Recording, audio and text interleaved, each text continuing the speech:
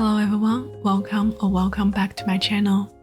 In today's video, we're diving into a simple watercolor landscape scene together.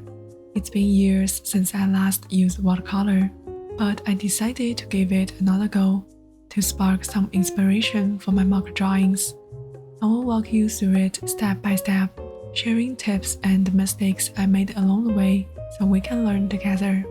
I've created worksheets that breaks down the steps, shows which color to mix, and how to draw different elements. You can download it from the link in the description. Since I haven't dabbled in watercolor for ages, and honestly I never got much practice in before, getting back into it has been a bit of a challenge. I've been watching some beginner watercolor tutorials over at Craftsy, our sponsor for today. Craftsy is an amazing online community where crafters, makers, and DIY enthusiasts come together. They've got a huge collection of over 2,000 classes, covering everything from painting to crochet, knitting, woodworking, and even cooking. Some classes I've been really into include watercolor painting with Jenna Rainey and sketching people in motion by Mark Taro Holmes. By following these classes, I've been practicing my basic strokes and color mixing technique before diving into my own creation. Taking classes on Craftsy to learn from the basic has been really helpful. It's beneficial to start with the fundamentals and build a solid foundation. It's amazing to see how each instructor brings their unique flair to the table. You get to see various techniques and approaches, which can spark new ideas and keep things fresh and exciting. It motivates me to experiment and find my own style. If you are one of the first 1,000 people to click the link in the description, you will get a full year of premium membership to Craftsy for only $1.49. Thank you again, Craftsy, for sponsoring today's video.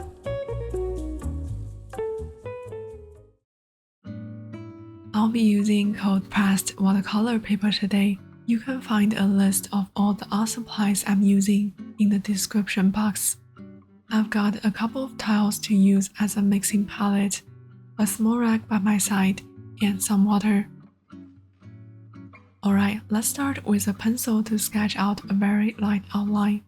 Now I know the outline is hard to see on camera, so I've included a clean outline you can download in my worksheet. I don't want to erase the pencil too much later, because the friction can sometimes damage the paper. I'm not using any particular reference photo for this drawing, but I did look at a bunch of landscape photos to study beforehand.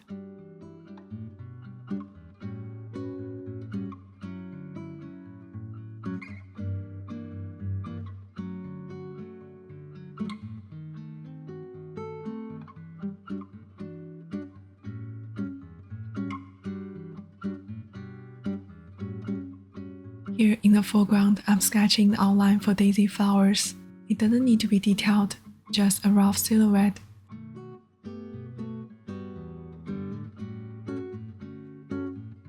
Painting clouds is still quite challenging for me, so I want the outline to be very detailed here, just in case I lose track of it later when I'm coloring.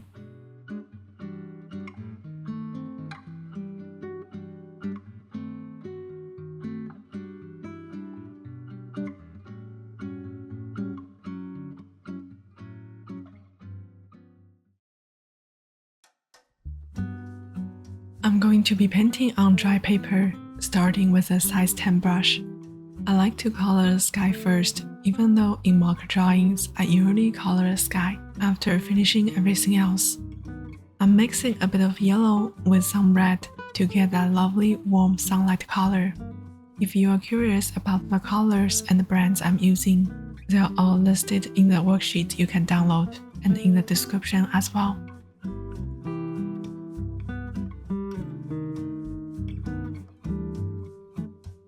One of the tricky things about watercolor is controlling the amount of water. When I don't use enough water for the sky, the edges dry too fast and leave those sharp lines we want to avoid. So if I see some areas starting to dry quickly, I just brush over these areas again to keep it from drying too fast.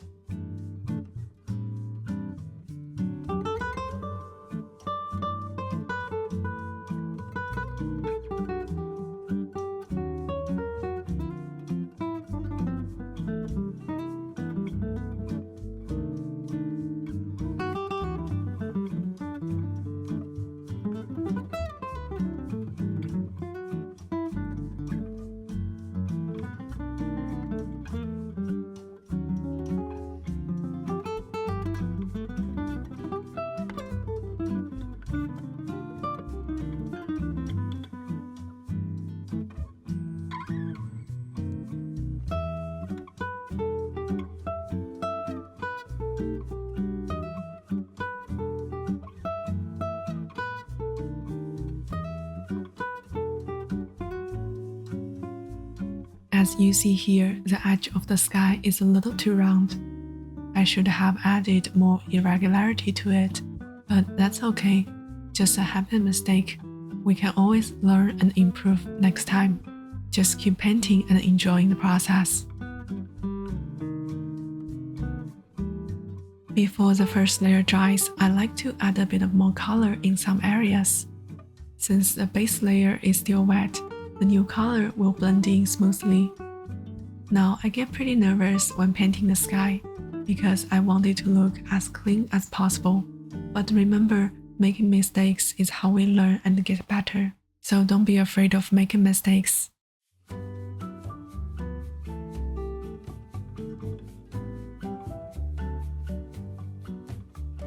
For the grass in the background, I want it to look further away and less detailed, with those nice feathered edges. So I brush a little water on the paper first before painting it.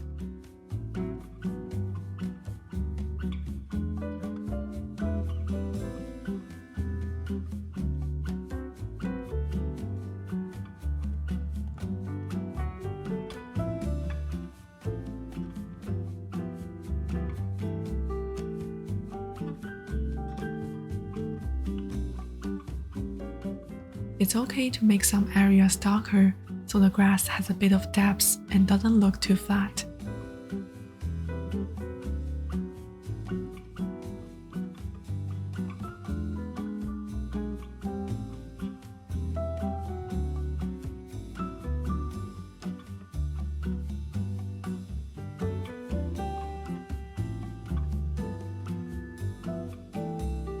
Before the green color dries, I quickly mix in some blue and paint around it so they blend together nicely.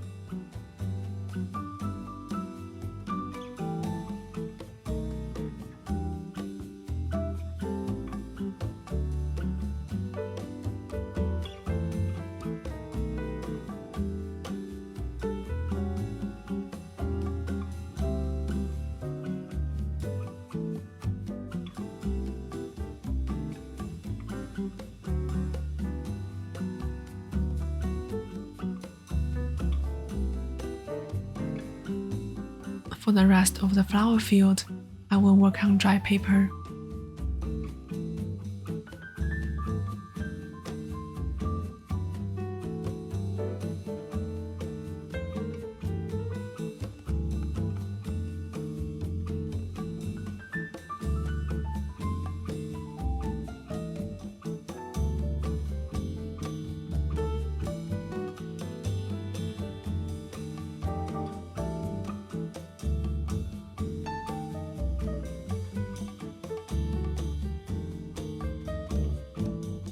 When I get to the area around the flowers, I need to be very careful not to cover the blank space. Using size perspective, I want the flower in the foreground to be bigger than the ones in the background. I do have some liquid masking, but I haven't tried it yet. To keep this video simple, I think we will skip it this time.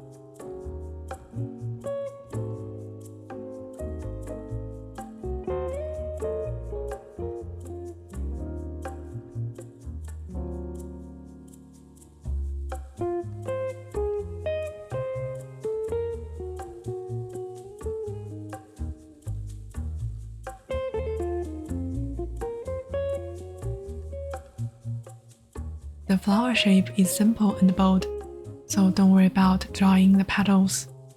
Everything looks clean and simple so far.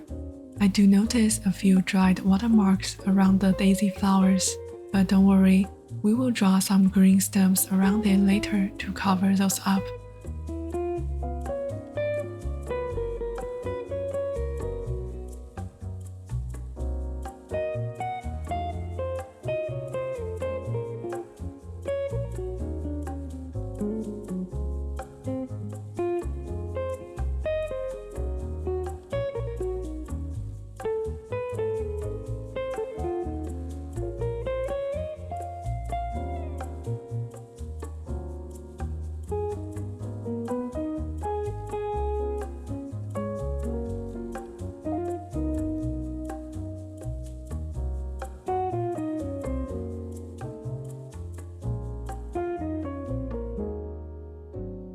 Feel free to take a break here before continuing, so our eyes don't get too tired. Now let's switch over to a smaller brush. I've got a size 4 here. Time to paint some trees. Instead of using the green color straight from the tube, I like to mix in a bit of yellow to it. And if I want to darken the green, I will throw in a touch of blue or a bit of dark red.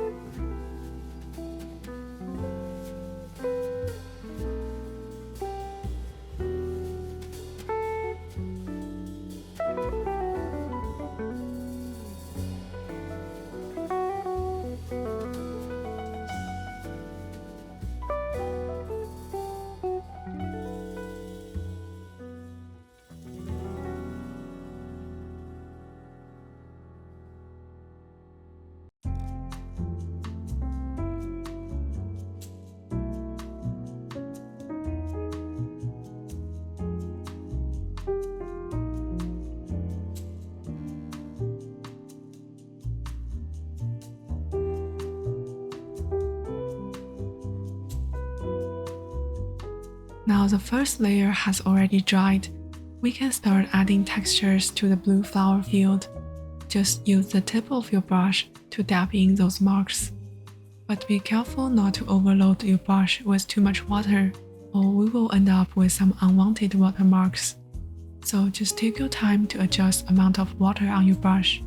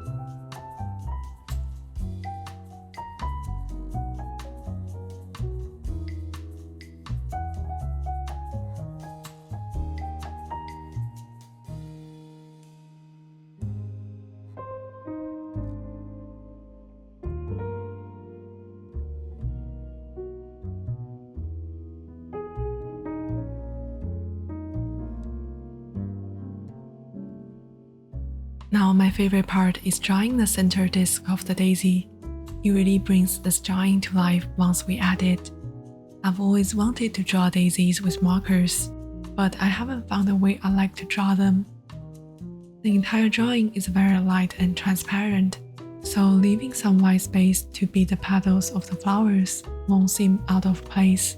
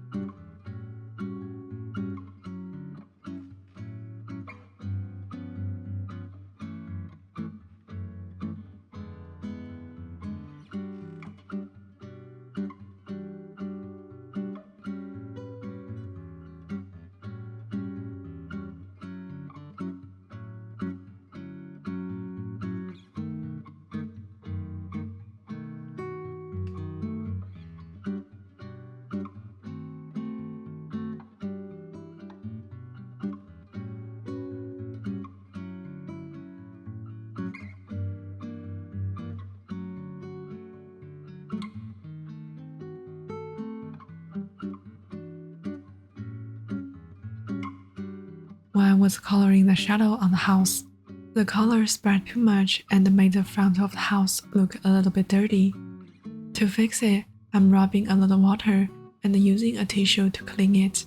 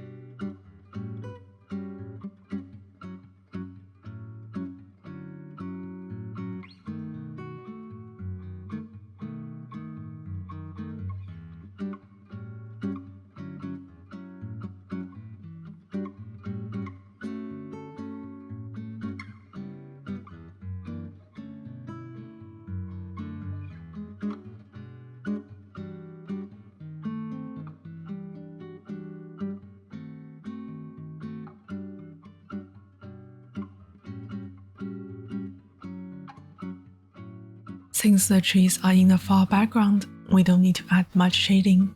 We can keep them simple and flat. I did add a little shadow to them earlier, but looking at them right now, I think it might be a little bit distracting.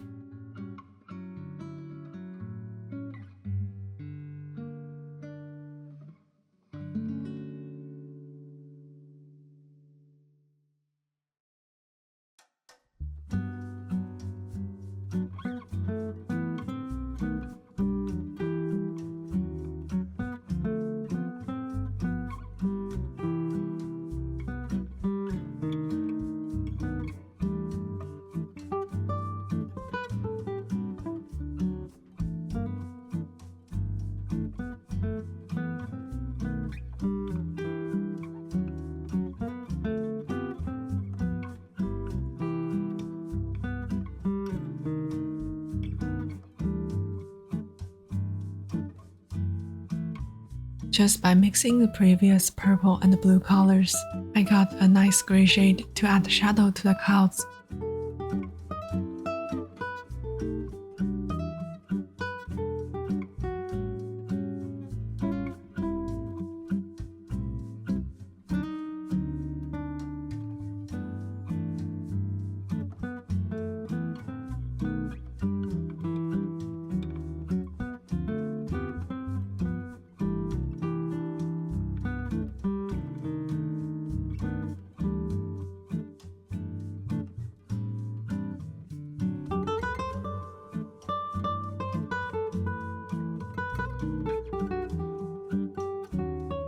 The mountain is in the far background, but I decided to paint some details.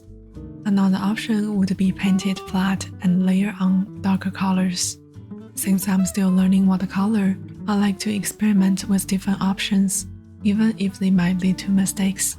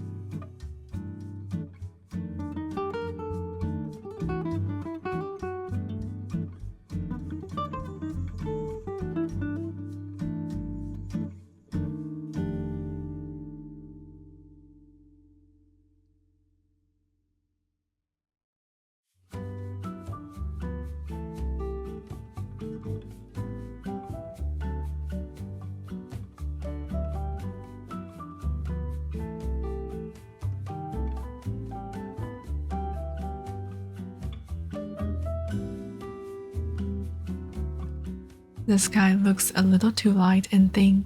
I should have mixed more paint at the beginning to avoid having to go back and repaint it. Here I'm brushing some water first, then adding more color. Where you brush the water is also important. I keep the water inside of the first layer so the new paint won't spread outside of it. At this stage, I want to slow down my pace and add some more small details gradually. I did lots of practice before filming this drawing, and a common mistake I made was either not adding enough water or using too much water. It was frustrating not knowing what went wrong. At first, I used wood pulp paper, which easily create water stains. But then I switched to cotton paper. Paper is very important, especially for beginners. The right paper can make blending colors easier.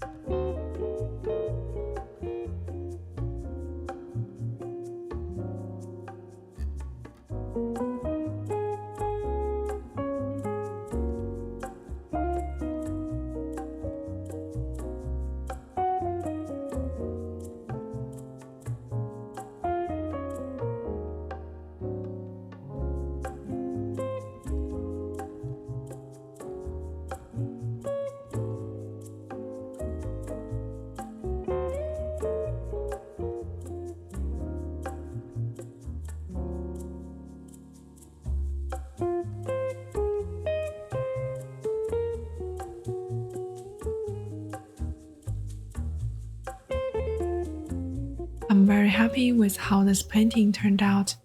There are still many areas I need to improve and learn. And I'm curious, how can I adapt some of the things I have learned into my marker drawings? I hope you enjoyed this video.